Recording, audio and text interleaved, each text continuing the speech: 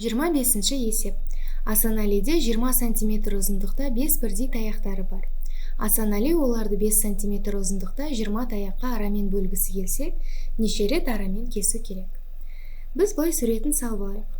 Мынау Асанәлидің бір таяғы болсын. Бұның ұзындығы 20 см болсын.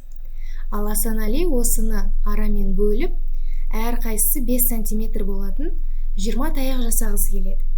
Егер ол басында 20 см болса, және оны әр қайсысы 5 см болатындай етіп бөлу үшін, бізден бұл таяқтан 4 бөлік алу керек.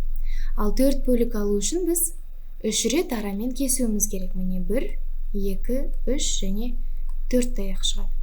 Яғни 3 рет кесуіміз керек. Ал осындай таяқтан бізде 5 бірдей таяқ бар.